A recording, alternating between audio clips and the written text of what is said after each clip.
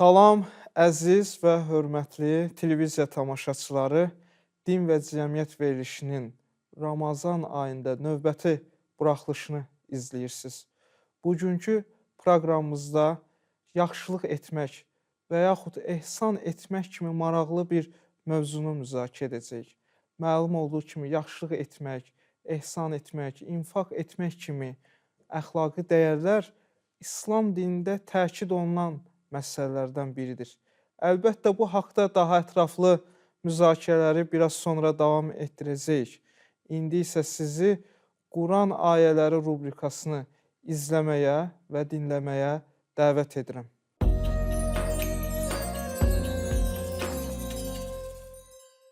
أعوذ بالله من الشيطان الرجيم بسم الله الرحمن الرحيم لله ما في السماوات وما في الأرض وإن تبدوا ما في أنفسكم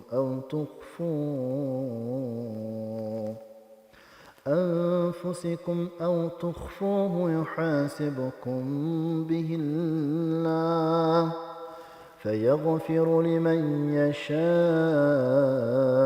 ويعذب من يشاء والله على كل شيء قدير. Mərhəmətli və rəhimli Allahın adı ilə. Göylərdə və yerdə nə varsa, hamısı Allaha məxsusdur. Ürəyinizdə olanı üzə çıxarsanız da, gizlətsəniz də, Allah ona görə sizi hesaba çəkər. O, dilədiyi kimsəni bağışlayar, dilədiyi kimsəyə də əzab verər. Allah hər şeyə qadirdir.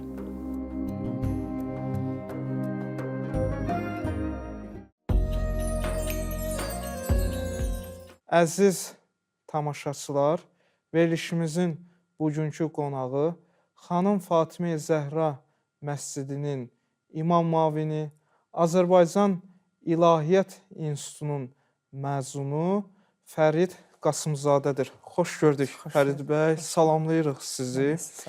Biz artıq demək olar ki, Ramazan ayının ortalarındayıq. Mənəviyyat ayı, müqəddəs ay, mübarək ay kimi Ramazan ayı İslam dinində xüsusi yerə malikdir. Bu ay orucluq ayıdır, mənəviyyat ayıdır, paklıq ayıdır və bu ay həmçinin yaxşı əməllər etmək ayıdır. Allah həm Qurani Kərimdə, həm Məhəmməd Peyğəmbərin dili ilə bizi bu ayda yaxşı işlərə dəvət edir. Mən söhbəti, sözü uzatmaq istəmirəm. Elə ilk sualı sizə ünvanlamaq istəyirəm. Ümumiyyətlə, yaxşı etmək haqqında Qurani Kərimdə və hədislərdə hansı təşviq edici ayələr, mesajlar var? Bir də ehsan kəlməsinin etimoloji olaraq, məna etibarı olaraq izahını verəsiniz. Bismillahirrahmanirrahim. Bağışlayan və mehriban olan Allahın adı ilə. Mən də sizi və tamaşaçılarımızı salamlayıram və dəvətiniz üçün təşəkkürümü bildirirəm. Qeyd etdiyiniz kimi Allah Müteal bəndələrini hər bir halda yaxşılıq edən şəkildə görmək istəyir. Və Qur'an-ı Kərimə, hədislərə müraciət etsək, Allah Mütealın görmək istədiyi insan tipi, insan portreti digər yaradılmışlara yaxşılıq edən insan şəklində olmasıdır. Və biz qeyd etsək, əgər Qur'an-ı Kərimə baxmış olsaq, Qur'an-ı Kərim Bismillahirrahmanirrahim yaxşılıq barəsində buyurur ki, bir ayədə fəstəbiqul xeyrat, xeyirli əməllərdə bir-birinizi ötməyə çalışın və yaxud da ki, yaxşılıqlar etmək barəsində bir-birinizlə yarışın. Eyni zamanda da Allah Müteal yaxşılıq edənləri bu cür qiymətləndirir ki, buyurur ki, İnnəl əbrarə ləfi nəim. Kimlər ki, yaxşılıq edərlər, yaxşı əməl sahiblərinin mükafatı bolluca neymət içərisində olmaları olacaq. Və eyni zamanda da biz hədislərə diqqət etsək, Həzrət Peyğəmbər sallallahu aleyhi və alihi və səlləm bir hədisində buyururdu ki, Ni'mə zədul məəd əl-ihsanu iləl-ibad. Allahın bəndələrinə qarşı xeyirxahlıq, yaxşılıq etmək və xeyirxahlıq göstərmək ölümdən sonrakı həyat üçün ən yaxşı azuqədir. Yəni Həzrət Peyğəmbər yaxşılığı ən yaxşı azuqə olaraq tərif eləyir. Bir də sizin də bildirmiş olduğunuz kimi ihsan kəlməsi var ki, bəzən bu kəlmə əhatələnməmiş olur və natamam şəkildə ifadə olunmuş olur. Qur'an-ı Kərimin nəzərində ihsan dedikdə, nümunə üçün Qur'an-ı Kərimin Bəqərə surəsinin 83-cü ayəsinə baxsaq, Allah Müteal buyurur ki, və bil valideyni ihsana, valideynlərinizə yaxşılıq edin. Və ayənin davamında da buyurulur ki, yaxınlarınıza, miskinlərə, yetimlərə, ehtiyacı olanlara yaxşılıq edin. İhsan dedikdə yaxşılıq etmək nəzərdə tutulur və yaxud bir işi yaxşı şəkildə həyata keçirmək nəzərdə tutulur. Və təkcə bu maddi baxımdan yaxşılıq etməyə aid deyil. Bu daha əhatəli bir ifadədir. Nümunə üçün biz diqqət etsək, Qur'an-ı Kərimdə Ali İmran surəsinin 134-cü ayəsində Allah Müteal təqvalıları vəsf edərkən buyurur ki, "Əllezîne yunfiqûne fis-serrâi ve'd-darrâi vel-kâzimînel-gayze vel-a'fîne anin-nâs vallahu yuhibbul muhsinin." Allah buyurur ki, təqvalı kəslər o kəslərdir ki, onlar istər maddi rifahlarının yaxşı olduğu zaman, eyni zamanda da maddi rifahlarının aşağı səviyyədə olduğu zaman, istər bolluqda da, istər qıtlıqda da mallarından Allah yolunda xərcləyirlər və qəzəbləndikləri zaman qəzəblərini udurlar, cəmaatın da eyiblərindən keçirlər, qüsurlarından keçirlər. Sonra da Allah buyurur ki, həqiqətən Allah yaxşılıq edənləri sevir. Ayəyə diqqət etsəniz, birinci hissəsində yaxşılıq dedikdə maddi olaraq yaxşılığa diqqət edir Qur'an-ı Kərimin ayəsi ki, kimlərəsə maddi mənada yaxşılıq etmək. Amma ikinci hissəsində isə mənəvi hal olan qəzəb halının idarə olunması, insanların eyiblərindən keçmə halına diqqət edilir. Məlum olur ki, ihsan dedikdə bir insanın istər maddi, istər mənəvi, bu baxımdan olan əməllər məcmuəsi baxımından yanaşsaq, bu baxımdan insanlar hər hansı yaxşılıq etməsi nəzərdə tutulur. Və ihsanı həyata keçirən şəxsə də deyilir muhsin, yəni yaxşı əməl sahibi. Bu baxımdan da bilməliyik ki, biz İslam dinində həqiqətən də insan hər hansı bir əməli edirsə, yaxşılıq və yaxud pislik, əlbəttə Allah bizi yaxşılıq etməyə dəvət edir.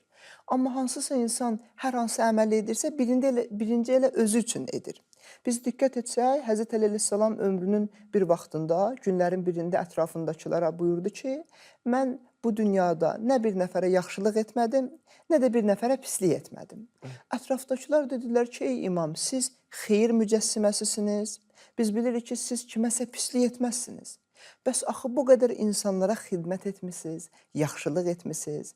Bəs axı bu xidmətlər bəs necə olacaq? Həzrət Əli əleyhissalam da buyurdu ki, bu dünyada kimə yaxşılıq etmişəmsə, özümə etmişəm, özüm üçün etmişəm. Həqiqətən də İslam dininin məntiqi bundan ibarətdir ki, yaxşılıqlara insanı təşviq edir və insanlara birinci əmr və tövsiyə budur ki, bunun fərqində olun ki, etmiş olduğunuz yaxşılıqlar və yaxud hər hansı bir qəbildən olan əməllər birinci elə sizin özünüzə qayıdacaq, sizin həyatınıza təsir etmiş olacaq. Ona görə İmam Cavad əleyhissalam buyururdu ki, yaxşılıq edənlər yaxşılığa ona ehtiyacı olanlardan daha çox möhtacdılar. Yəni, mən yaxşılıq edirəmsə, o yaxşılığa ehtiyacı olandan mənim bu yaxşılığı etməyə möhtaclığım daha çoxdur. Bu səbəbdən ki, onun mükafatı axı mənə qayıtmış olur. Mənə qayıtdığı üçün əlbəttə ki, biz hər birimiz istəyərik bizi həyatda mükafatlandırsınlar. Bunun da yolu yaxşı əməllər etməkdən keçir. Təşəkkür edirəm Fərid bəy, çox maraqlı, məzmunlu və ətraflı izah üçün. Sizin dediklərinizi ümumiləşdirsək, iki məsələyə diqqəti cəlb etmək istərdim. Birincisi, ehsan və yaxud da bizim fonetik qaydalara uyğun olaraq ehsan kəlməsi bəzən bizim cəmiyyətimizdə bir o qədər düzgün anlaşılmır, dərk edilmir.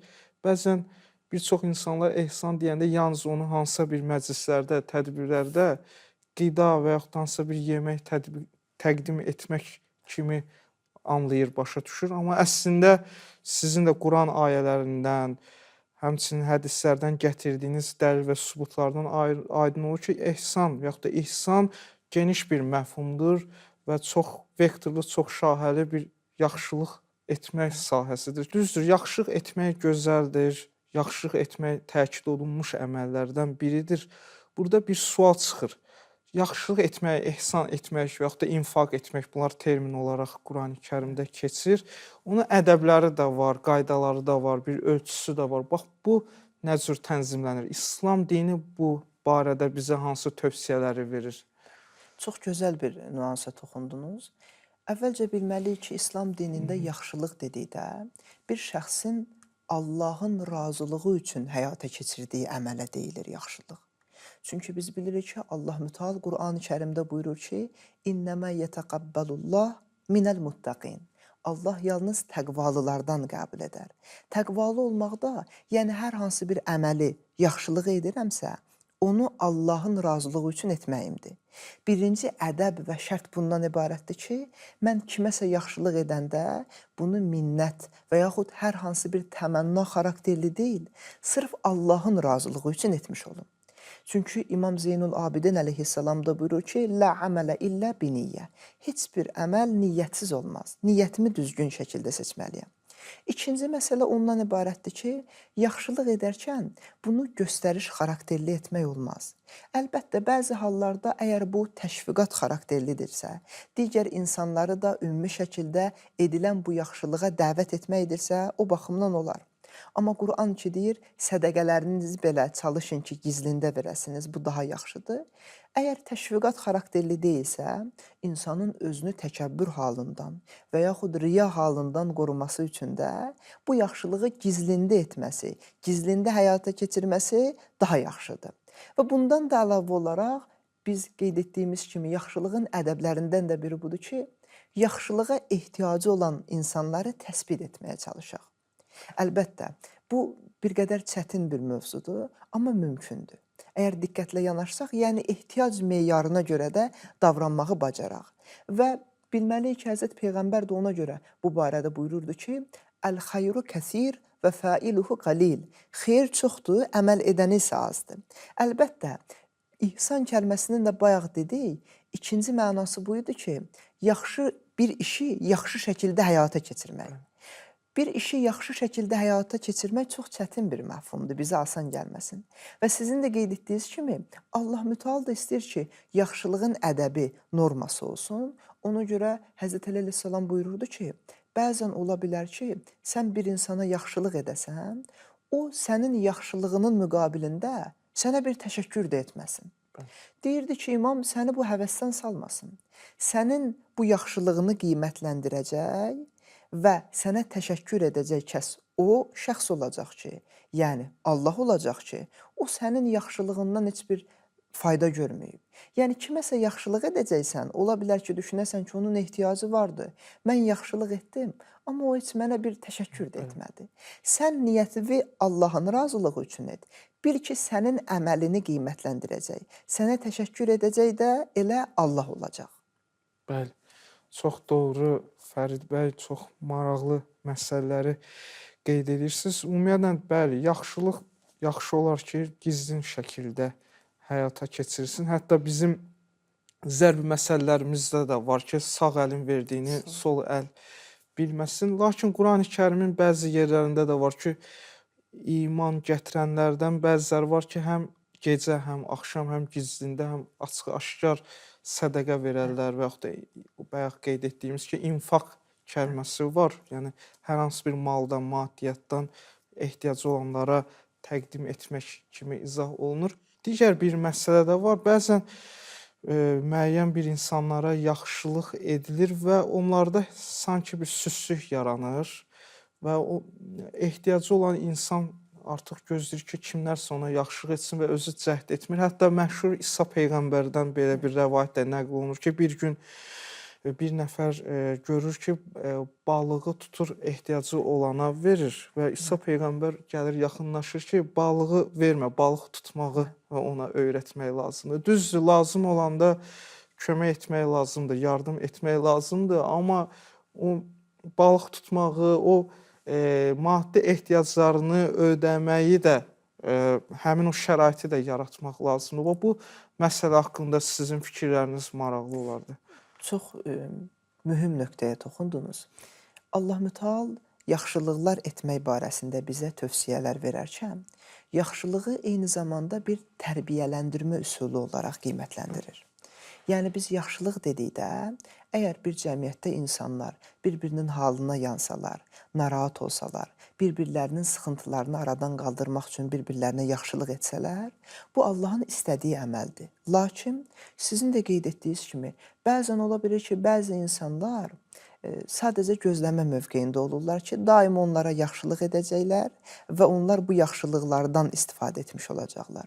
Allah mütəal bunu sevmir və əksinə, Allah sizin də qeyd etdiyiniz kimi, insanlara yaxşılıq dedikdə onları bu cür təşviq etməyi nəzərdə tutur ki, onlar özləri də zaman keçdikdən sonra bir həddə gəlib çatsınlar ki, özləri də yaxşılıq etsinlər.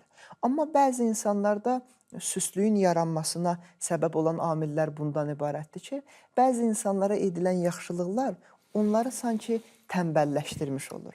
Tənbəlləşdikləri üçün artıq onlar gözləyirlər ki, daima onlara yaxşılıq ediləcək.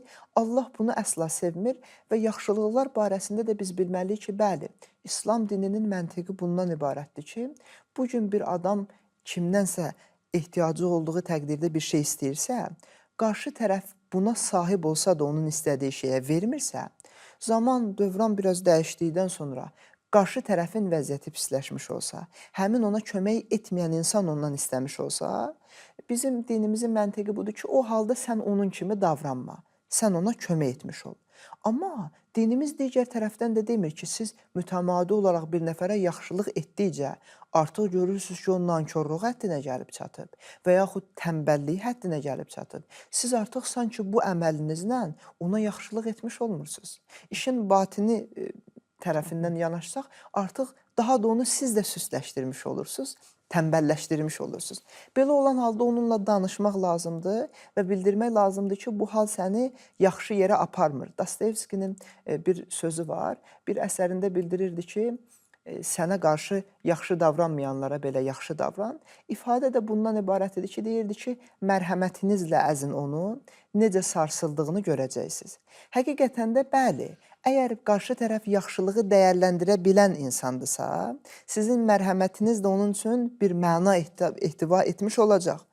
Xeyr, əgər qarşı tərəf süstləşmiş və yaxud da bununla da tənbəlləşmiş insandırsa və yaxud da ki, artıq nankor hala gəlmiş insandırsa, artıq sizin ona etdiyiniz yaxşılıqlar bir mənada həqiqi yaxşı insanlara ehtiramsızlıq olacaq.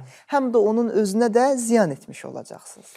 Bəli, ümumiyyətlə təyinatı düzgün seçmək çox vacib məsələlərdir. Bəzən biz mərhəmət, şəfqət hissindən baxmadan bu yardımları ünvanlayırıq, amma burada hesab edirəm ki, bir ölçü, bir meyar olmalıdır və təyinat düzgün seçilməlidir. Çünki sui-istifadə hallarına yol verən şəxslərin də biz şahidi oluruq.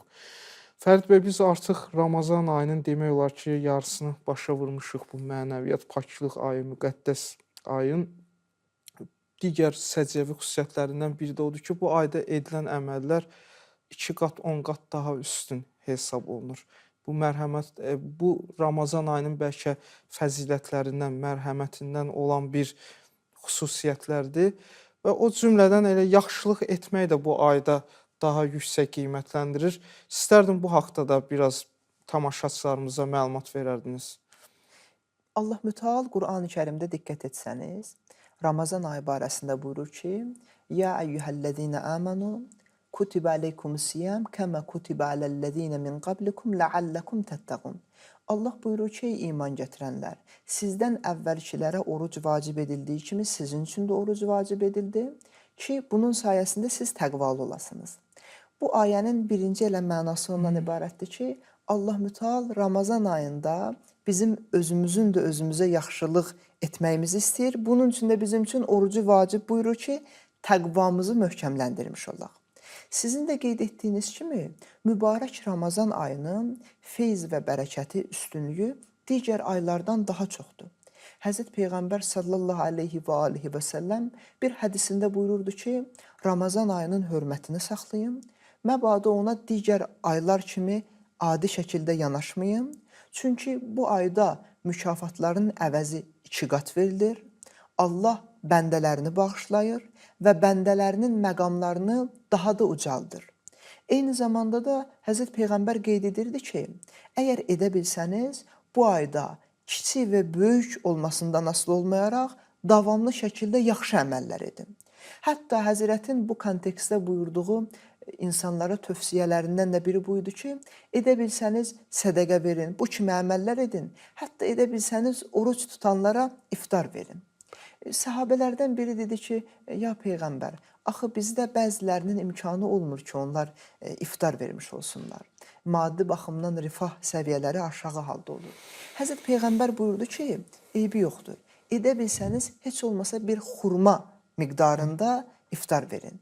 Onu da edə bilməsəniz, bir içim su qədər iftar verməyi daha da özünüzdə bir bacarsanız bunu edə bilin. Yəni, əgər diqqət etsək bu tövsiyələrə, Allah Müteal bəndələri üçün bu ayda bağışlanmaları üçün, bizi bağışlamaq üçün bizə o qədər bəhanələr verib ki, o qədər fürsətlər verib ki, yetər ki, biz o fürsətlərdən istifadə etmiş olaq. Hər bir şeyin öz fəsli var. Yaxşılıqların da fəslinə əgər diqqət etsək, yaxşılıqların, belə desək, ən həyata keçirilməsinin uyğun vaxtı mübarək Ramazan ayıdır. Çünki mübarək Ramazan ayı digər aylara nisbətdə paylaşmaq və insanlarla əlində olanı bölüşmək baxımından ən uyğun aydır. Allah da bu aya istər mübarək Qur'an-ı Kərimdə, istərsə də hədislərdə o qədər diqqət edir ki, bu ayın ilahi feyz və bərəkətinin üstünlüyünü qeyd edir. Eyni zamanda da bu ayı ilahi məğfirət ayı olaraq Allah Müteal dəyərləndirir. Bu ayın özünün də üstünlüyü var ki, 11 ayın sultanı dedikdə ona görə mübarək Ramazan ayına bu ad verilmişdir. Yaxşılıqlar baxımından da nə yaxşı olardı ki, bu ayda biz yaxşılıqlar edək və biz oruc ibadətimizi də digər yaxşılıqlar etməklə, digər ibadətlərlə birləşdirmiş olaq. Bunun sayəsində də öz təqvamızı möhkəmləndirmiş olaq. Həqiqətən də siz doğru qeyd edirsiniz. Bu ayda yaxşı işlərdə yarışmaq mütləq lazımdır. Bəli, Ramazan ayı həm də eyni zamanda bağışlatmaq ayıdır. Siz bir neçə məsələni qeyd etdiniz. Bir hədisdə də qeyd olunur ki, müflis şəxs odur ki, bu ayda özünü bağışlatdırmasın, əfv etdirməsin. Doğrudan da məğfirət, mərhəmət və rəhmət ayıdır. Lakin çox təəssüflərlə qeyd etmək istərdim ki, vaxtımız sona çatır. Verilişimizin müəyyən bir məhdud vaxtı var. Bir daha fürsətdən istifadə edib dəvətimizi qəbul etdiyiniz üçün, maraqlı həmsöhbət olduğunuz üçün sizə təşəkkür edir. Gələcək fəaliyyətlərinizdə, elmi ictimai fəaliyyətlərinizdə sizə bol-bol uğurlar arzu edirik. Əziz tamaşaçılar, bununla verilişimiz sona çatır. Allah bu ayda tutduğunuz orucları, etdiyiniz yaxşı əməlləri, yaxşılıqları qəbul etsin. Növbəti verilişlərdə görüşənədək Allah amanında qalın.